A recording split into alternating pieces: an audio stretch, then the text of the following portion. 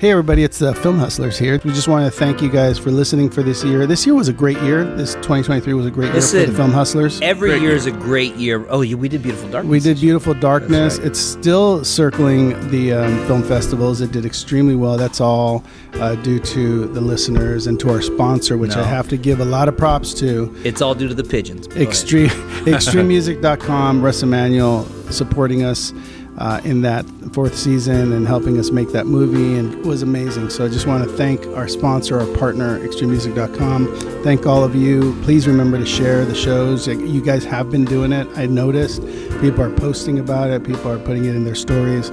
So we're really happy to go on to 2024. We're going to make a movie this year, and hopefully our process helps you make a movie as well. Do it. Why'd you do it? Why'd you do it? Why'd you do it? Ladies and gentlemen, welcome to Film Hustlers. What's up? What's up? That's what's up. You know, we're a couple of weeks into the new year. Feels pretty darn good. Right? I feel like we're getting some separation from COVID. We don't talk about that. That was kind of a pain in the ass. But the whole you know lockdown. what? We had some fun though. We had the COVID era at Roberts' house. I'd say that was 4 years ago. Dude. We had some good. Oh shit! It was 4 years. We had some good guests that year. We did. Yeah. We were in their patio. Everyone's all scared. Yeah, we were drinking. No one was scared. Some people were scared. You're right. Some people were scared. I think we had Peter Murrieta on with a mask. That's right. Yeah. We had, you know who I was talking to on my way here is I called Antoine Fisher. How's Antoine? He's terrific. I pitched him your idea. Yep. And he is interested in getting together and talking about it. Okay. That could be a really, really good opportunity. That's cool. So he's going to write it. I'll direct it. Dave and you'll produce it. Sounds good. So if you're sitting at home thinking, I have this great idea and I'm going to go to a studio and they're going to buy it and I'm going to produce it, it's not how it works. No, of course not. That is not how it works. If you do it on your own and you happen to do a project that's like, well, Rocky wasn't on his own either. That was with UA. Yeah. He fought for his position, but at some point someone said, like, you know what, maybe he'll do a good job. You know, maybe this guy can do it, right, with this crazy idea he has, right, which we were talking about before we started the show.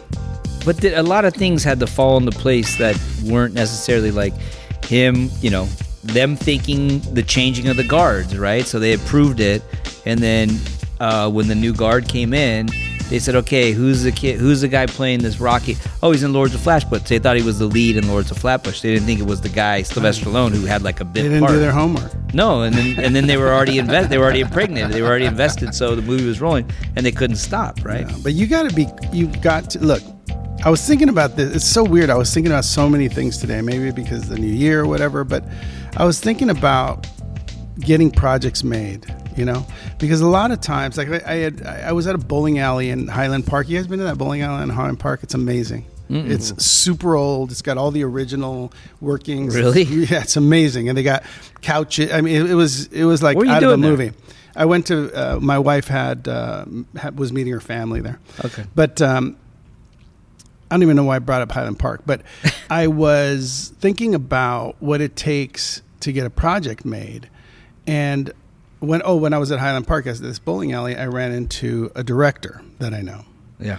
And I've known her for a lot of years, and she's prolific. She does shorts. She's been in all the festivals that we've been at. She's been there. Yeah. With her short. Okay. Anyway, so we were talking a little bit, and she was like, I am making a feature this year. I don't care what I have to do. I don't care what it's going to look like. I don't care what it costs. Yeah. She goes, I'm doing it this year. I was like, congratulations. Good luck. But I started to think a lot of times doing projects, getting stuff done isn't enough. You know, you've got to have like some sort of ultimate plan, but sometimes having your ultimate goal be doing a project is great. But then I thought, you know, what if she does make a feature? Then like, what's next? Like, what's after that? Right? Because we talk a lot about on the show, like, what are you going to do? Like, you're going to, okay, so we did a great short. Yeah. An amazing short. Yeah. But that's gone. Yeah. It's over. Yeah. It's going to keep going to festivals, and maybe there'll be some other stuff, but whatever life it was supposed to have, yeah, it should have had, right? Yeah. And it did have it. And there was great actors, and it was great performance, and it was great directing, and it was great producing. Pigeons were amazing. But then what like what are you in the game for? Are you in the game for, I'm going to do my movie? Because that's, in a way, that's how you have to survive, right? You have to survive by saying, I'm going to make my movie, and that's all that matters. And then you make it, and you're unsatisfied with the result. And then you make another one, and then you're unsatisfied with the result. The unsatisfaction comes from what? From the not enough people are watching it, you're not getting enough credit. Feedback. Like, what is it? Feedback. Yeah. What makes a project not successful in the eyes of the filmmaker? Lack of marketing. Right, lack of marketing, lack of people watching it. Right, you do movies because you want to feel the way you feel when you watch someone else's movie. You want to catch a buzz. You want to catch what everybody else is talking Yeah, about. I think. Yeah, I mean, let's get real about this. This is important. Well, like Tarantino says, he doesn't make movies, and it goes against the machine because he makes movies for Tarantino. He makes movies he wants to see. He says that. And a lot of filmmakers say that. Scorsese, all the great ones say that, right? But at the same time, it's kind of hard to do because you got to make what's marketable and will sell, or you're not going to continue to make movies. And then if you do that, then it may not sell, and it may not be marketable. Right. No, so who dictates whether your movie is a success or not? I guess it ultimately comes down to you. I mean, some people love it, some people don't like it. Like it really comes down to you as a filmmaker. If you feel like you did a good job with your project and it's moved you forward in your career, then I think it's a success, because if I look at the stuff that I made early on versus like Beautiful Darkness, I'm progressively, slowly getting better. You cannot deny the expert level of production in Beautiful Darkness. No. You can't watch that for 1 second. Like I would stand behind it and say, there's not a filmmaker that has been born and died that couldn't watch that movie and find something to praise about it. The way it was executed is spot on. Yeah. And I think that's the goal of most filmmakers, right? To do a project that is undeniably worthy of the filmmaker moniker. Right? Yeah. You want to be able to say, I'm a filmmaker and that's what I do. I know story. I know how to end a movie. I know how to bring out emotions. Yeah. So, and I think Beautiful Darkness captured all that. Then some. All that. Like the idea that it's not successful or someone likes it or someone doesn't like it, that is beside the point. It is a great movie. If you don't like, thrillers, or if you don't like dramas, that's your problem. It's not our problem. Or you don't have like emotion. It's not even. You have to have if you feel for those characters. You know what I mean? If you don't have any feeling, I guess, no empathy in your heart, or you're just a cold-hearted person, then I guess you won't care. But I felt for Mendoza and I felt for Santoro. You could not be entertained with it. You could not be entertained about it. But again, I think I'm getting away from the point. Is that you get into this business to do and you were saying it. You do the work that you feel is either funny or dramatic or a thriller or emotional, whatever, romantic comedy, whatever it is, you do it from your heart. Yeah. And that's how it goes on film, and that's how you do it. Like I just saw the Scorsese film with Flowers. Yeah. How was it? It was amazing. Really? I mean, what's it on? It's not my kind of movie. Right. Like I don't know that that's the kind of movie that I would like sign up for or go pay for, but it was amazing. Like you couldn't deny that this guy's really clear about what he wants to do. And then the actors, you have Leonardo, like Jesus. I mean, De Niro, you have good actors. Yeah, I mean, they gave their A+ performance. Here's the biggest issue, right? Like if we have to, in the new year, like let's get real about this. If you're a director and you can't make a hit soon, then you're in director jail. Yeah. That's the reality. Yeah. You can't have 30 swings at it. No. And then keep telling people that you're going to have a hit. That's not going to happen. Like I'd say you get two. You have to be.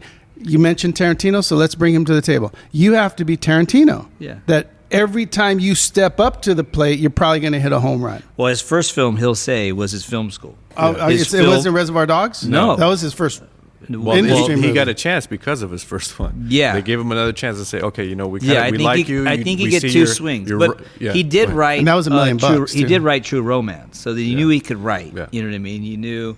But his first film, he talks about it. It doesn't. It never saw. Well, I think it saw the light of day, but I think it's gone now. But he said it was awful. He wrote Natural Born Killers too, by Did the he? way. He wrote Natural Born Killers, and you know what? Oliver Stone bought it and said, I'm going to make it. And Quentin said, like, oh, I want to help. And what did Oliver Stone say? I don't think so. Why would I need your help? He doesn't think he's a very good filmmaker at the time. Yeah. Oh, right. And he had already done Reservoir Dogs. He was already writing all these great movies, So it's a matter that Is there like a tier system? It seems like there is like a tier system, right? Because Oliver Stone at that time was like up there, Platoon, like he had done like some, and so Tarantino was really like at the indie level, right? Yeah, He but you was- got to give credit where credit is due, dude. You can't. No, of course, Like but I'm you can't. saying- You can't separate Oliver Stone from Tarantino. not now, Back then but you then could. you could. But if I look, and I'm going to argue this from a low position. This is not like this is open for criticism. But if you had done Reservoir Dogs, first of all, when I saw Reservoir, I went on a date and Yeah. I took someone to see Reservoir Dogs. I don't even know why. I heard this movie's good. So we go in there. It's the most fucking violent film you've ever seen at the time. And I had never seen anything like it. I had never seen anything like Reservoir Dogs, Yeah. ever. I walked out of there, my mouth was on the ground, and I couldn't believe I had just seen that movie because I had never seen filmmaking like it until then. Yeah. So you couldn't possibly be thinking that this dude's first film is not worthy of like the amazing accolades that he should have been getting for Reservoir Dogs. I don't think you can find anyone today that'll tell you Reservoir Dogs was not a good movie. No, Like it's- yeah. it clearly. Yeah. You know what? Mr. Pink, dude, there's quotable shit in that movie. It's really like a play if you think of it, Yeah, because it's for you know sure. what I mean. There's really a hand. You have maybe 5 locations. Yeah, it could be a Maybe. play. Yeah, It you know could what be I a mean? play. But it was so well written, and it was like Scorsese says he always returns to movies not because of plot but because of character, right? The characters in that movie made that movie. The writing was great, but if you think about all those people, Mr. Pink, Mr. Michael Madsen, Mr. Blonde, Steve Buscemi, the music. everything, even the wardrobe, just what they wore. You know what I mean? Tim Roth. It was The opening sequence that people have copied over and over and over for years. The camera going around the table, them by the talking way, about he tipping. copied because he'll straight up He say loves Japanese movies. Yeah, He loves, he he says loves all that. everybody steals from everybody. Yeah, It's just he stole. I think Reservoir Dogs. The concept of it was from another movie, probably. Yeah. Because, well, the guy worked in a video store, so all he did all day was watch but movies. but directors are hard. I feel bad for them. I think it's a difficult job. Yeah. I think at some point, you have to. I look, if you're making a living and you're happy doing what you're doing, then there's no issue. But eventually, there's the business of show business, right? We're in a business. I think that's what frustrates me the most about indie filmmaking is that most indie filmmakers don't realize that it's a business. So if you were going to go start a restaurant, you wouldn't necessarily do it the same way you do an indie film, right? Because there's a lot of stuff that needs to get people into restaurants and keep them coming back. Yeah. If you're building McDonald's, yes. Yeah. If you're building a burrito stand, You still have to be pretty good, right? still gotta- yeah. Something has to be working or shooting on all cylinders, because if it doesn't, then you shut it down. yeah. Filmmakers don't do that. Filmmakers hang in there like something else is going to happen. Yeah. Like some other ungodly talent's going to come out of me, right? Like eventually, unfortunately it's true. Like eventually people like me end up learning how to produce. Yeah. But I would never go to producer jail because that's not how producing works. Yeah. I'm behind the scenes. No one's ever going to go like, oh, he's the reason that sucks. Yeah. It's not going to happen. No. But a director, it's a hard job. Yeah. Because you do have to succeed, because eventually people are going to be like, how does that work? Yeah. Or what are we going to get for our investment? How does the vision set up? Where does, a lot of people hire like that. Yeah. Oh, he did, or they did, and it went. Well, that's the thing. 20 years ago, you can see the directors who've made it, through that time. Yeah. Up to now. So they did one thing in 1989, and they're still at it. Yeah, Tarantino's a great example, though, of someone who's a great writer too. Yeah. And maybe not a great writer, but a unique writer. Someone who writes dialogue as he would say it, Yeah. and then gets other actors to buy into that cadence, which then lets the audience enjoy what he's written. Right? But yeah, I mean, then you got people like Oliver Stone going like, "Oh, I don't want you writing on this. I'm going to fix this script," you know. But I don't know. I could be embellishing on what he said because I wasn't there. But still, like you got like there are things that have to happen in the life of a filmmaker, good or bad. Yeah. It could be bad. I mean, look at me, dude. 2 years ago, I ran into the biggest problem a producer could run into ever. It could have crushed me. Producer jail? Well, I could have been in producer jail for that, yeah. But somehow, people trusted that it was going to work out, especially myself, and it did. But it was a turning point where I was just like, I have to accept the severity of the situation that I got myself into as a producer. Yeah. And I have to believe that my destiny is to be a producer and that this will sort itself out. And in the end, it's just a matter of, are you going to surrender as a filmmaker, or are you going to never, ever give up until you're in your grave? I mean, at some point, I'm guessing I'm not getting younger. So I'm guessing at some point I'm not going to want to get out of bed for this kind of, ass kicking every day. Yeah. I have to put on a suit of armor every day about it. It's not like I'm going to walk out and everyone's like happy to see me. It's like you are pounding doors and telling stories and doing ideas and getting writers and I mean, it's not an easy thing. It is what I love, but it's not an easy thing. But going back to filmmaking and directing and all of that, I think you have to be realistic with what you got, because no matter what you're shooting on, whether it's 8mm, whether it's on your phone, no matter what it is, you can prove that you should be the one doing, or you should be in a different position. And it's going to show up that way. Like, you have to look back at people's careers. It didn't just so happen, right? You look back and you're like, oh, wow, that was pretty good. No one ever remembered that as really good. And that's probably a really good example and something to compare to Beautiful Darkness. They will look back at Beautiful Darkness and go like, wow, it was good then. Wow, this was great, actually. But that's why you have to keep going. Yeah. That's because it's like you're only as good as your last, right? Yeah. For the most part. No, it's true. 100%. That's 100% true. Like, you're only as good as, what you're doing. I mean, look, I make Christmas movies, but like I've told a lot of people, like, I go into a Christmas movie as if it's the best, most expensive movie I'm ever going to make in my whole life. I care about it story-wise. I care about the people making it. You can tell. Yeah. Oh, thank you. But it's true. Like, I want it. It doesn't matter if it's 15, 20, 30, $2 million. I treat them all the same. And I give them the same amount of respect because I want them to be good. Because in the end, you can't go like, oh, well, that one was just not that much. So let me apologize for that one. Like, no, like, make it all good. And stand behind every piece of work you do. I can't do that for my earlier work, but you learned, you progressed. Yeah, I mean, I did Danica, which you recently saw. Yeah, I love it. It was one of my favorite movies, like back in the day. That's amazing. Before you knew me? Yeah, of course, because I love Marissa Tomei. She's like my all-time crush. She was beautiful in that movie too. She was like perfect. Thank you. But yeah, that was a great movie to make. That wasn't really that well received. Right. But it's one of those movies. I remember when I was at the screening of it, and people were in the bathroom going like, "Oh my God, this is amazing! This is like a masterpiece." Like, Ariel Roman directed it. Yeah. But it just did. It did well. It got sold as an indie. It got sold for millions of dollars right out of Las Vegas, right out of the Las Vegas festival. Yeah. But it really didn't get the proper distribution, and it really didn't get reviewed extremely well. At those times, I think the thriller niche wasn't quite there yet. Overseas it was. So it sold well overseas. The problem also was that people don't like to be fooled. In that movie, I tell you that this is reality, and in the end, I just pull the rug out, and I'm like, actually, none of that really happened. No. And then you're like, oh, fuck this movie. Yeah. Damn. So that's what happens. Yeah. But great film. Yeah, thank you. I mean, I really liked it. I loved working with her. Can we get Marissa? We can get Marissa Tomei on the show? No, on the next project. On the next project?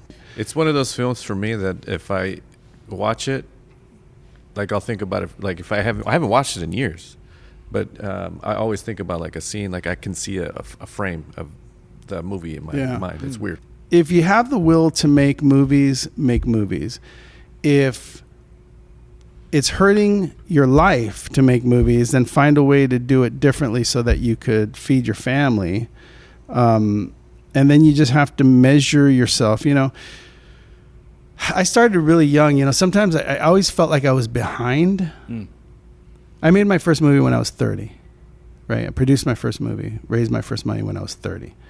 I always thought I was behind, but when I look back at my career now, I'm like, everything happened sort of at the right time for me to be where I'm at, right? But I was always like, oh man, I wish I would have done it when I was 22 instead of 30. But it was perfect, you know, it's always perfect.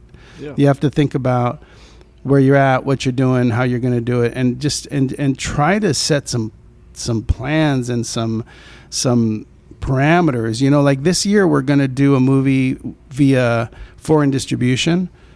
Not an easy thing to do, but it is a way to do these movies. You know, not all of those movies end up in theaters. Not all of them end up distributed through streamers. Sometimes it's just a foreign thing. It ends up, you know, on whatever network. But if you make money and you find a way to make money through that system, which a lot of people do, then you just keep doing it. There's nothing wrong with that, as long as you're making a living, you know. Maybe you get a break eventually, but you know, whatever lane you get in, you don't want to stay in that lane, I guess is what I've been trying to say this whole show.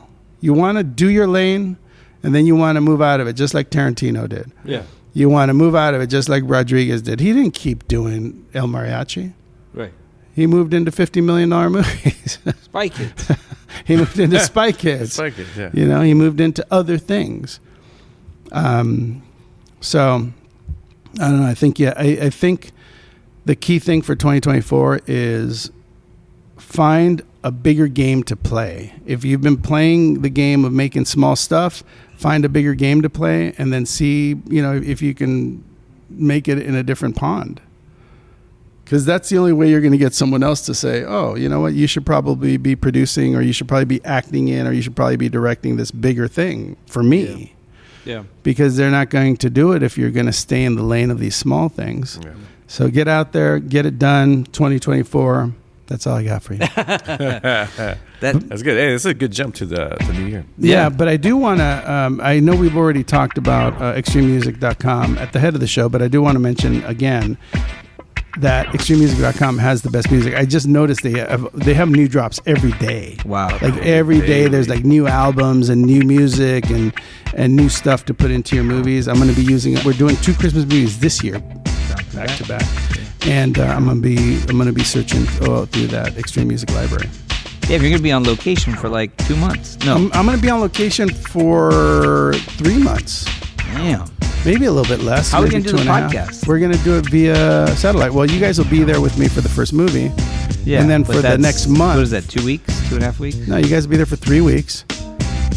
Is it 3 weeks? Yeah, it's 3 weeks. Well, you've done 3 of them. We're going to be there for 3 weeks. Yeah. We'll be there for 3 weeks. Then we'll break for a week. And then we'll do another 3 weeks. Yeah. You might have to call in because Dave might be on the second movie. I don't know. It depends on what you're doing. What's up, Dave? I'll be there. Yeah. So there you go. But extrememusic.com for all your music needs. Check them out. They're amazing. They keep getting better. Hard to believe, but they keep getting better. We got to have Russ back on the show to figure out what he's doing. Get him on the show. What is he doing differently? Because it keeps getting better. I don't understand. Oh, right. You know, what does he say? What's his thing? $48 million he's raised. How much money? $58 million. Oh, I'm well into the 60s. Well, you can't get Russ on the show to come talk about things. Hey, he's been on twice. Come on. Russ is a busy man. He has been on twice. That's right. He's running an enterprise now. Dude, he's running an enterprise, and the amount of liquor he has in his liquor cabinet. His liquor cabinet is a glass wall, and it's all the way to the top. Really? Yeah, it's legit. Like, it's the best bar in LA. And you don't drink. No, he drinks. He drinks. Did he offer you guys anything? anything? We have some of the best stuff. I didn't I take him a tequila bottle? Yeah. I took him a Casa Mexico, but he had better stuff. And he was composing a Christmas movie for Lifetime that same year. Yeah. Oh, okay. Yeah. Now we got to get him back. All right, Russ, you're coming back on, buddy. All right, cool. Well, we'll see you guys next week. let's Let's keep moving forward. keep moving forward. Hard launch of season 5. That's here right. we go, baby.